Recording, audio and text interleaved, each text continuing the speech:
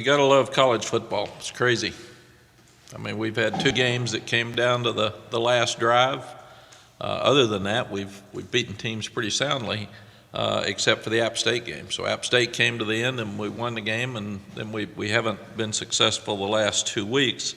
But it shows you the parity that's out there in college football. I put up scores every Sunday for our players and just see the shocks that happen in college football across the country. And we have to educate ourselves because it is what it is. And I do think the transfer portal's probably made it where everybody's got some really good players. And everybody can, if they're struggling some, they can get good players like we did to be a better team the next year. And the transfer portal's not going away because it's everybody's got a quarterback. I thought King played great Saturday night. He hadn't played that well. He struggled the week before against Boston College, but he played well. But Georgia Tech beat Miami at Miami. So they're obviously a really good team. They've got the fastest receivers that will play probably this year. And we had trouble tackling them in space, and then they ran the ball on us in the second half. So we've got exciting finish to the season. You start looking at, we've got what would be considered 3 rival games, one here with Duke, and at Clemson's hard to play, and Duke's playing great, and then at State's hard to play. So we've got our hands full. We'll have to get ready to go against Campbell this weekend at home. Only have 2 home games left for these seniors who have given us a lot of joy over the last few years. So I want the fans to come out and thank them, and we do think this will be the last 2 games Drake will play at home. And he played great Saturday night. So we're sitting here at 6-2, and we're probably 2 drives away from being a top 10 team. And that's how close we are to being a great team. And we'll talk a little bit about it. We had a really good start. And last week against Virginia we didn't, so that was one of the keys. Then we had a great first quarter. Continued to do the same the second quarter offensively, and then gave up too many big pass plays in the second quarter defensively. Came back out the third quarter, maybe the best third quarter we've played.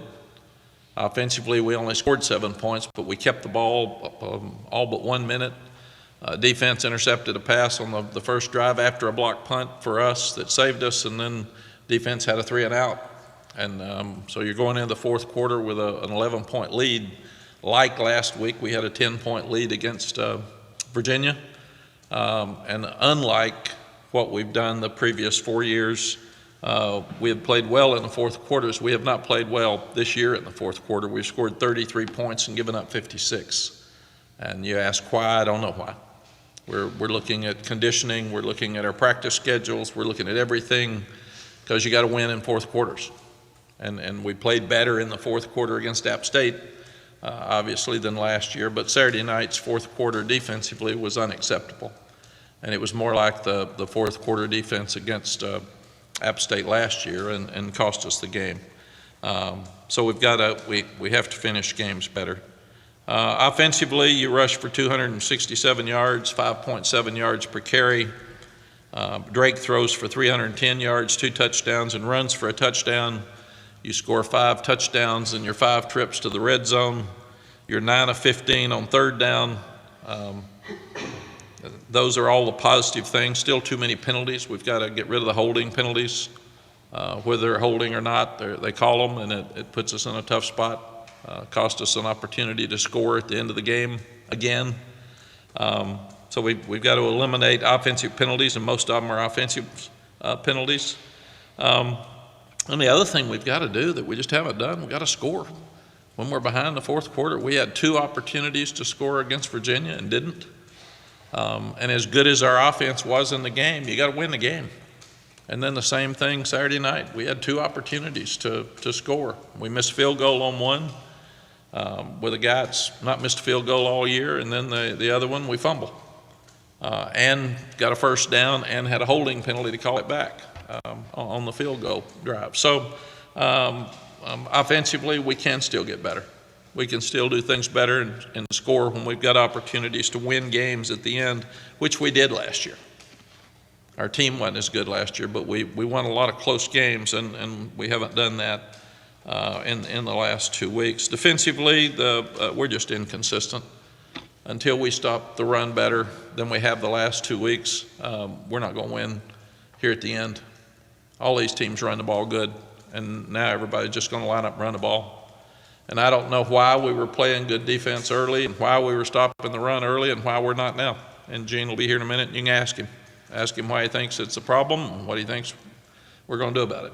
Because until we stop the run better, we're not going to win another game.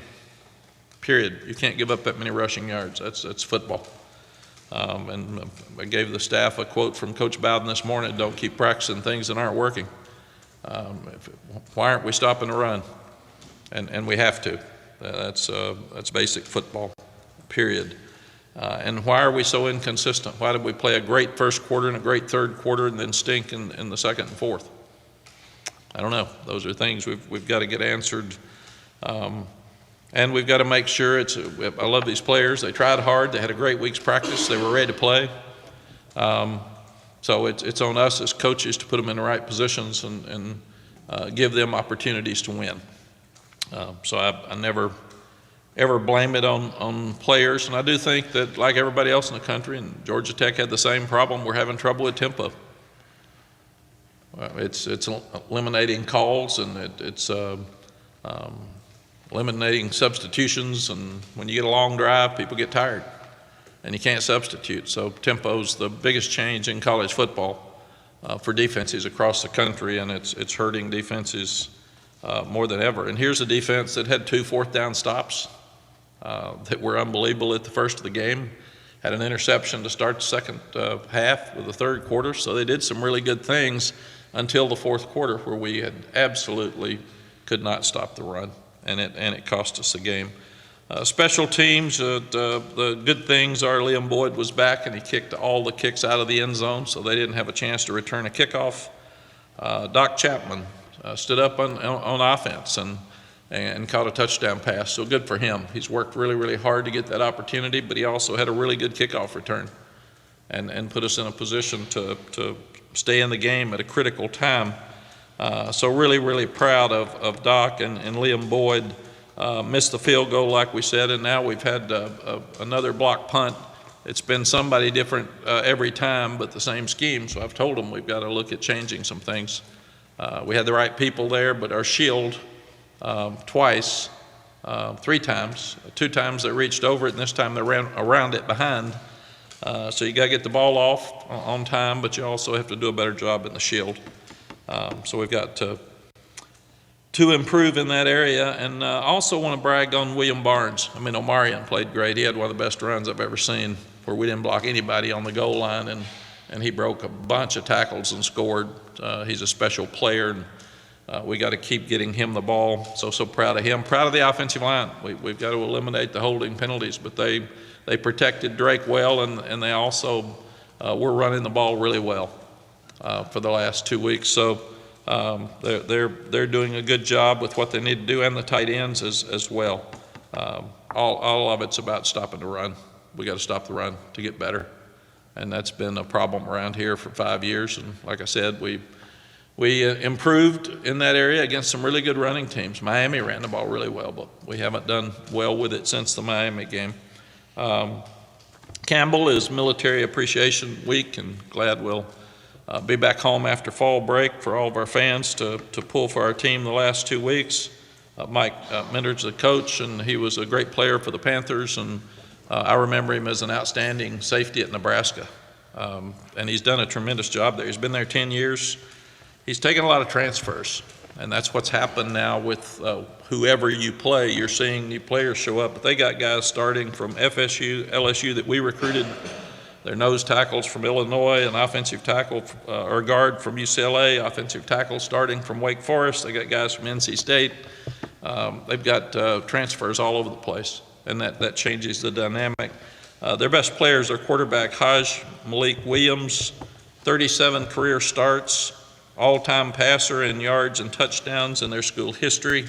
He's completing 74% of his passes, which is second in the FCS, so he's done a really good job. But if I'm them, I come in and try to run the ball. because until we stop that, like I said, we're not going to win another game. Questions? Mack, you mentioned how the transfer portal has equalized a lot in college football. You guys have players from FCS schools like Elijah Huzzy. Do you feel like this is probably the best FCS has been since, or former Division I AA has been that you've seen in college football? Yeah, I think so. Everybody's just trading players, and everybody's getting good players. And you've got to give Mike so much credit for getting those transfers. How does he get a lineman from UCLA? And I can understand NC State and Wake Forest. Linebacker from LSU was very highly recruited. We recruited, and he wouldn't visit. And then George Wilson was a great defensive end from Virginia Beach, and he went to Florida State, and he's their best pass rusher, or one of their best pass rushers. So they've done a really good job with the transfer portal. Looking at the fourth quarter, and you mentioned tempo. I mean, was it just a case of your defensive line just getting worn down? It looked like their offensive line did a good job as the game went on, especially. Yeah, I think so. Gene will address all that, Chip, here in a minute. But, I mean, you can't get them off the field, and they blocked us, and we didn't respond very well. So that was very, very disappointing. I do want to brag on Ced Gray. It's his birthday today, and he's one of the best kids I've ever seen and one of the best leaders I've ever seen, and he'll help us get it straightened out. Is there a trigger point is there a moment maybe where you sense that some of this stuff that was working defensively earlier, just for lack of a better term, kind of fell over a cliff? I wouldn't say it fell off. I'm trying to find a good way to say it. Yeah, the good way to say it is we were playing great defense before the Virginia game, and we have played very poor defense the last 2 weeks. So if falling off the cliff's a better term for you to be dramatic, that's... Well, I don't know if it's my term so much. I was just trying to find a way to... Yeah, here's what... It's been pretty dramatic. Yeah, here's what you don't hear. We played great defense the first quarter. Why? We didn't fall off the cliff the first quarter. We played maybe the best defense we've played in a long time the third quarter. Didn't fall off the cliff the third quarter. So you all want it to be drastic. The fourth quarter, we were absolutely awful, as bad as we've been since we've been here. So to me, you look at what's good about first and third quarter, and you try to figure out, like Chip said, what happened. Second, they threw it. Fourth, they ran it. And why? And part of that's offensively. We didn't play as well on offense in the fourth quarter, so we were 0-3 on third downs. So if we stay on the field offensively, and that's why this stuff gets pretty complicated. It's not as simple as everybody wants it to be. This bunch stunk. No, it's a team game, and we start talking about complementary football. When you can't move the ball, you leave your defense out there too long, they're going to get tired. Staying on that, you mentioned going back to even after Pittsburgh when you had to settle for field goals, Syracuse had to settle for field goals late. You kind of saw some of these issues before they led to losses. What has been the problem of not being able to score touchdowns in the fourth quarter? I think the other night was the first one since Minnesota. Yeah, I don't know. Some of it, we've been slowing the game down. We were ahead in most of those games, so that's most of it. And that's skews those numbers some. Saturday night, we didn't score much, and they scored a bunch, and that's a problem.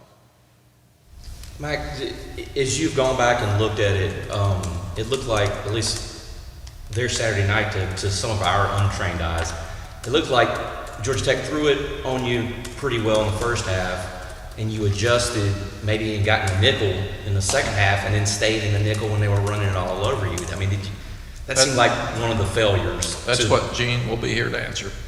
Did you all see that when you went back and looked at it? That's what Gene will be here to answer. That's why we have our coordinators come for 30 minutes. Is there anything that you can share as far as the conversations that you've had with Gene since the Georgia Tech game or over the past 2 weeks with the defensive struggles? They're what you'd figure. I mean, they're not good. And the confusing thing is when you lose, everybody's negative about everything. That's just my 47 years in this business. When you win, people don't even talk about the negative things that happen because they're so excited about winning. They let a lot of stuff slide.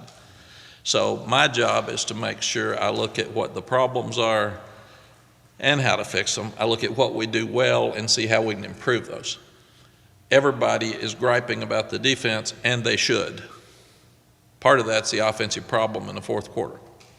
We didn't move the ball. Nobody's talking about that. That's facts. I have to look at everything. So I've had the same conversations with the offense in a different way about, man, you were ahead and you didn't finish. As we do the defense, about till you start stopping the run and tackling people. I would rather them, Virginia threw for 495 yards around here 3 or 4 years ago and rushed for 21, and we won the game 59-38 or something. You can't let people run the ball and you win games. I'd rather them throw for a bunch than run. But if they can run it, they can do both. And Georgia Tech did a good job. I asked you the other night how you were going to patch things together the next day, meaning yesterday. So what was yesterday like, and how did you approach it? I approached with the team exactly what I say to you. I told them we're 2 drives away from being a top 5 team. That's how close we are. And at the same time, we were god-awful in the fourth quarter on both sides of the ball. You can't give up that many rushing yards, but also stay on the field offensively. And don't point fingers, because all of us are at fault. And I said, love you guys. You practiced hard. You were ready to play. I didn't think we matched Virginia's intensity. We matched Georgia Tech's intensity. They were ready to go. I love them.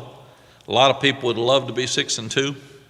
I put up all the comparable teams across the country. I said, you've got the 13th toughest schedule in the country. You're tired, you're beat up, like everybody else is in college football. You got a chance to finish strong against really good teams. So get your head up, and they remember November. You didn't play well in November last year. So you got a chance to get your fans back. You got a chance to be real positive.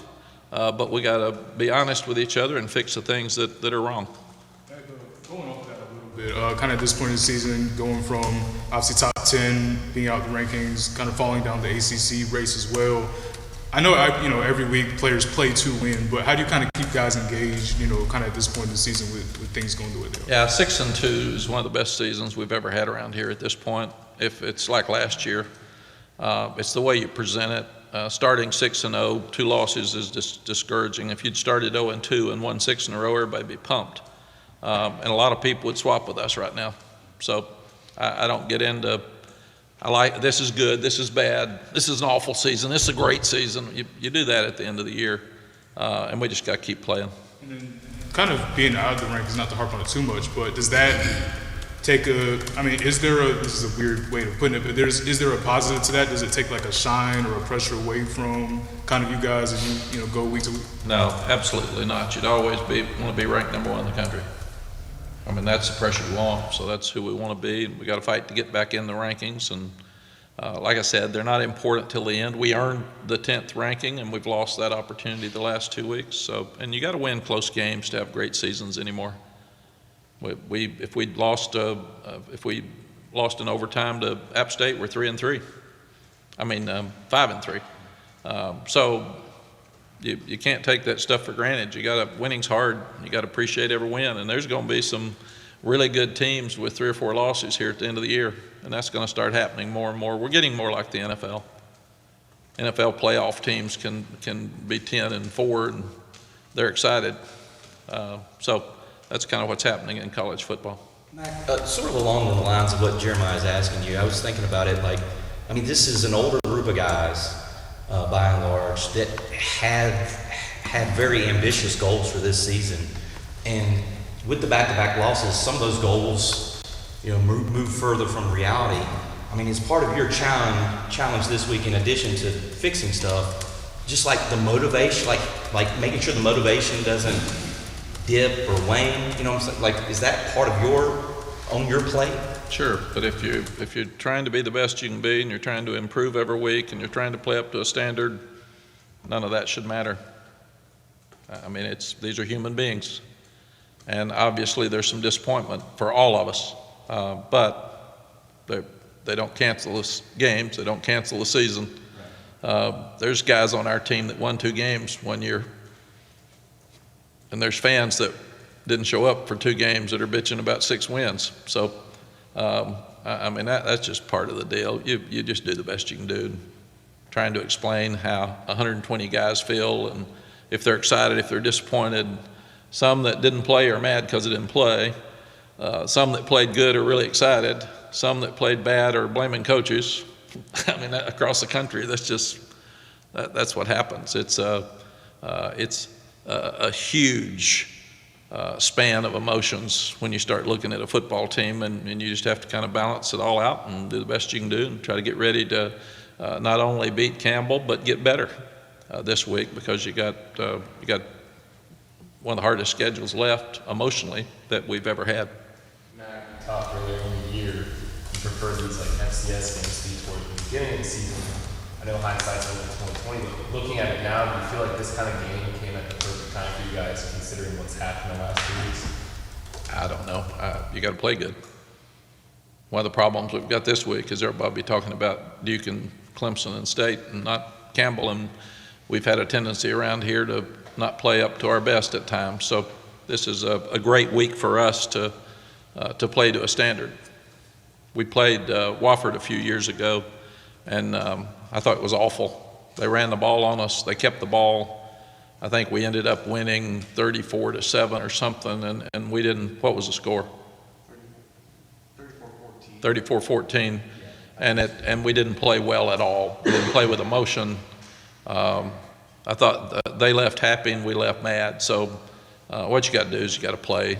We got a lot of problems we got to fix, and so we got to do the best we can do to get better. We know we're sitting here talking about all the things we got to fix. We got to fix them, and you don't wave a wand and fix them. Mack, can you talk about something I think that we lose sight of is coaching going on during the games. Your coordinators, their coordinators, they're adjusting, you're adjusting. So if something happens in the fourth quarter, have they found something? And if they found something that will allow them to be successful, is it your coach's job to counter that adjustment? Does that go on all the time during the game? Yeah, it's constant, and that's why the coordinators will come here and answer those questions for you. I hear it all. I talk to them. I give suggestions. But I think that, especially defensively, we've adjusted so well all year. And we obviously didn't get it done in the fourth quarter Saturday night. We adjusted well in the third quarter.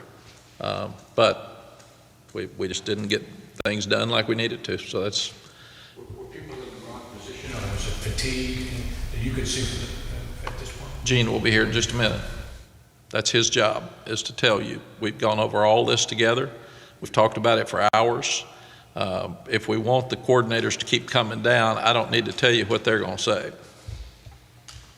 Seth Ray's your most experienced player most of the time. So I think he said after the game, it felt like we didn't know what we were doing defensively. As a head coach, how do you take those kind of comments in terms of dealing with the staff and making sure that doesn't happen? Yeah, I don't listen to anybody after a game because I'm so spent and disappointed, and especially a 21-year-old that's so disappointed. They're going to say disappointing things for them, and I don't blame them. I felt the same way.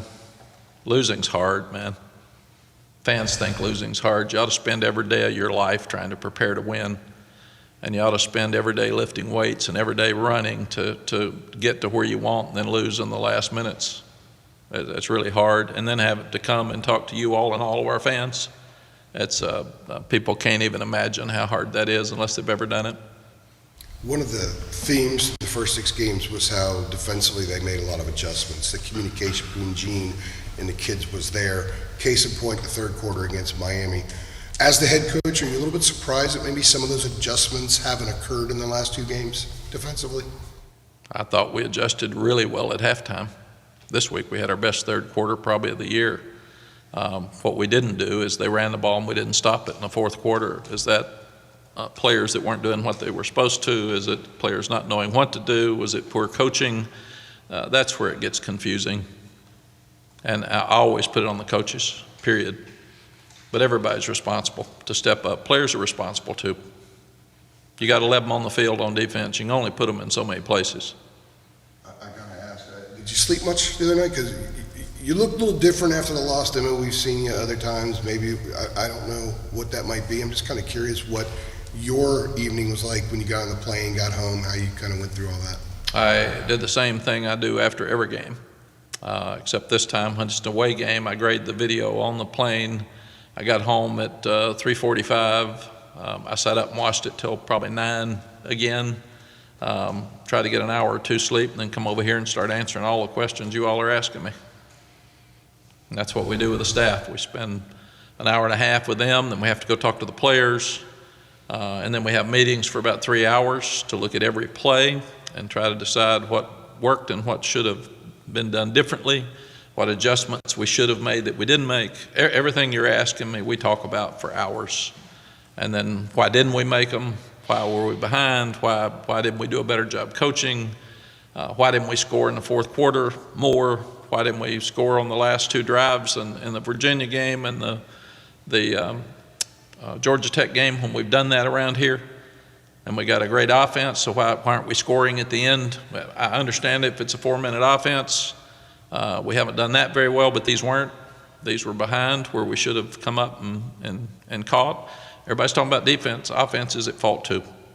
I mean, it's there, and I have to look at everything. I can't just look at one side.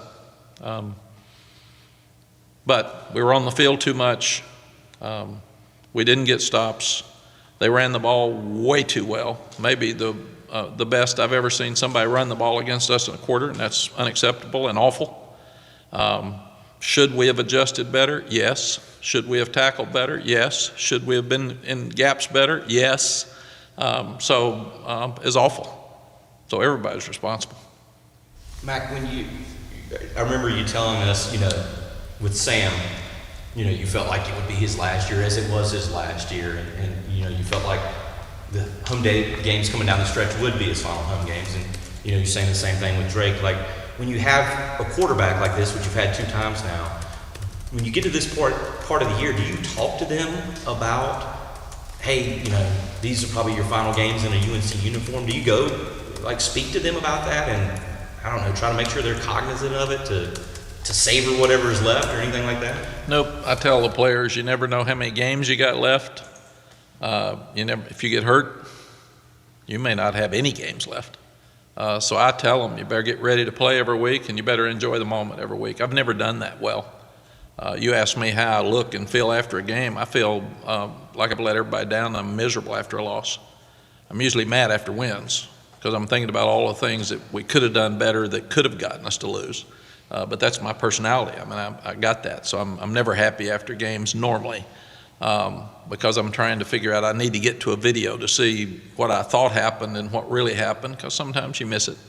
And that's why I quit talking about how a player played, because I want to see it.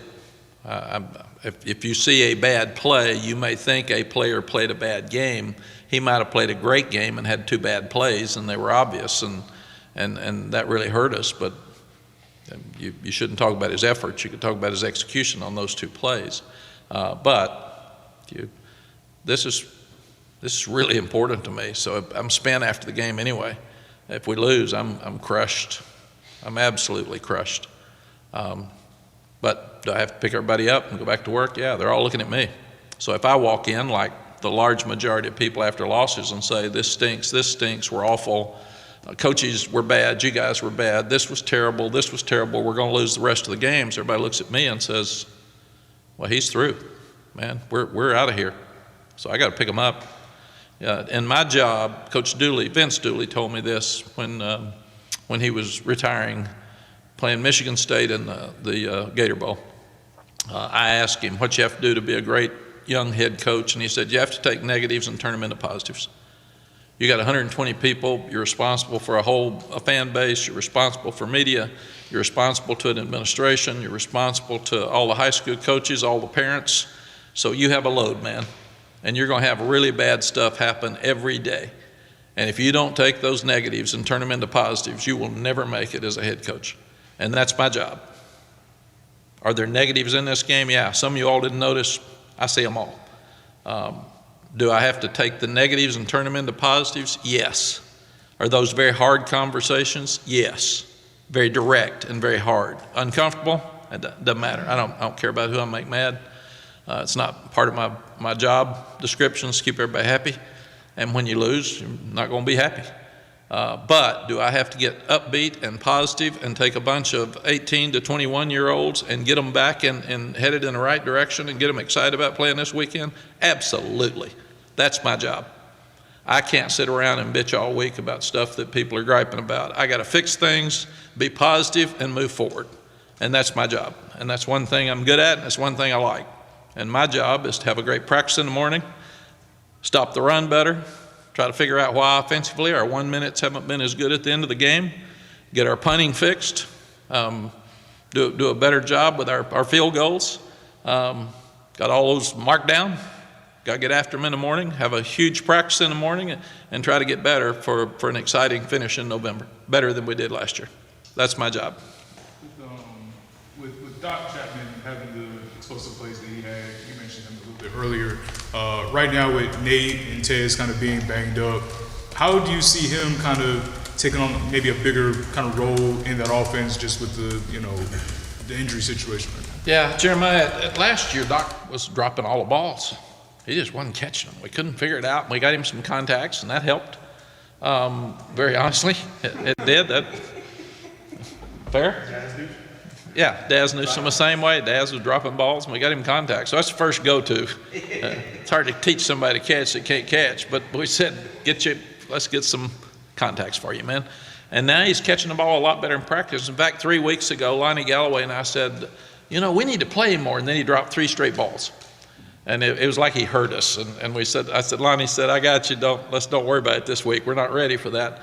But when Nate got hurt, we thought we'll use Bryson Nesbitt more, and we did. He's taken a bigger role. But at the same time, when Doc went in, he produced. So we're ready to play him now. We're ready to put him in the rotation and let him go. And he's real fast. Which was obvious on the kickoff return too. But he's getting confidence, and sometimes it just takes a player more. He was more of a running back slot guy in high school, so he carried it more than he caught it. But he's really responding. So yes, I think we'd see him play more. Was that the biggest thing for him, just real quick, was that the biggest thing for him, the catching? I know you mentioned the contacts and everything, but was the catching aspect, was that kind of the biggest hurdle for him to? Absolutely. And I mean, he's made a 100-degree turnaround from where he was. He was just dropping a bunch of balls, and we were just so frustrated because we love the kid and he's real fast. And now that he's got more confidence catching, and then your quarterback's got to have confidence in him too. Can I follow up on that? The catch he made last week, the one going backwards, I mean, that was a really difficult ball to track and to catch and corral. How much did that little moment help his confidence? I would think with a young guy like him, something like that would just shoot up. Yeah, you think about all of us. There's a lack of confidence is a disease in our society, and a lot of people hide it, but aren't near as many people confident as some act like they are. So here you've got these guys that want to play so badly, and they want to please so badly, and they're highly publicized and they're highly recruited, and then they get here and they don't play well. And then everybody's asking, why aren't they playing? And we have to be careful because you don't want to talk bad about a young guy and him feel worse. So it takes sometimes like that play as a moment to say, I got this thing. I can play. I can catch in a game that matters. And with Nate being hurt as much as he's been, then we need Doc to step up. So this should be a great confidence boost for him. And then you've got to make sure that you don't get comfortable and go back and not have the same concentration. So everything we do is to try to make somebody better and keep them going this way. And that's what we've got to make sure we get done this week. Mack, when Tez took that big hit late in the game, obviously we know he's okay now, but I mean, you see him go off like that after staying down for a while. Because the game wasn't over at that point, so how hard was it to mentally detach yourself from that situation and go back to a live game? Well, I can do it because I go to every hurt player if they lay there very long because I want to make sure they're okay, and normally they'll talk to me. So if they're not talking to the doctors or the trainers, I'm around them more than the doctors or trainers. So when I got to Tez and I said, "Are you okay?" his eyes opened and he said yes. And they moved his feet and they moved his hands. So from a, quote, parent, father figure, I know he's okay. I don't know if there's something hurt internally, but I know he's not paralyzed. I know he can move. I know he's talking. So I'm good. I know he's not going to play anymore in the game. But my deal then is to try to show our players and if families watching that he's okay without making a big to-do about it. So I told the players, we're good. We're good. Go back and get ready to go. And then smartly, they kept him in the hospital just to make sure that everything was okay, because it was a tough hit. Mac, yeah, I was actually going to ask you about Tez. Like, so when he gets back here yesterday, obviously, like what? I know you went to check on him at some point between then and now. Like, what have your interactions been with? Like, how does he seem? Like, what did you tell him? Just what was it like when you saw him for the first time once he got back here? I did not see him yesterday because he didn't sleep at all. He was up all night in the hospital. So when he got back on the plane, we sent him to his place to sleep. Made sure the trainers and doctors checked him out. So I haven't seen him yet because Lonnie said he's exhausted. And I said, tell him to go to bed and we'll see him tomorrow. So we'll see him today. And Lonnie's talked to him and we took him dinner so he wouldn't have to get out. In fact, Gavin Blackwell's his roommate. He took him his dinner because I said, let's make sure who's got Tez taken care of. And Gavin says, I got it. So Amber Reinstein, our nutritionist, figured out what he needed to be eating, made him a good plate, and Gavin took it to him. So, and everybody's checking on him. As soon as we heard, I heard from Jeremy after the game he was okay, but going to the hospital. When I talked to you all, I didn't know he was going to the hospital even then. And that's what I learned with Octavius Barnes in the CarQuest Bowl. He had an awful knee injury. And the TV reporter came over and interviewed him on the sideline, and he was crying. And he or the doctor, somebody said he's through. He's ruined his knee. And it really upset his family because they weren't there and they couldn't take care of him. And at that point, I said, we will never, ever talk about an injury again until we have all family members caught up to date on exactly what happened before we tell you guys. And that's, we don't let, we take them in immediately if somebody's hurt bad, and we do not let TV cameras get around them on the sideline because that's not fair to parents to see their son sitting there. And he was just told that he's out for the year, or the next year possibly, and here he is a pro prospect. That's why we're very, very cautious with someone afterwards. I tell them not to tell me during the game. All they tell me, because I'm emotional and I don't want to be told a guy's out for the year, and they may not know for sure. Sometimes doctors are human and they'll tell you it looks bad, he's out for the year, I think, and then he's not. So I said, all I want to know and all I want our players and coaches to know is he out for the rest of the game. That's all we ask, and that's what they tell us, so we'll know that he's not available for the rest of the game. And one of the things that hurts you see 12 on the field or 10 on the field sometimes in special teams, it's because a young one will get hurt, and then he has to go to the trainers and doctors. So Brian Hess is responsible for telling every coach that he's involved with, special teams and the regular position, that he's out and unavailable. And then sometimes they'll say, okay, he's ready to go back in, and all the information in time doesn't get to the right coach, and he goes back in, and nobody's told his replacement that he's out, and that's how you get 12 on the field right quick. Was Tez's parents at the game? I don't think so.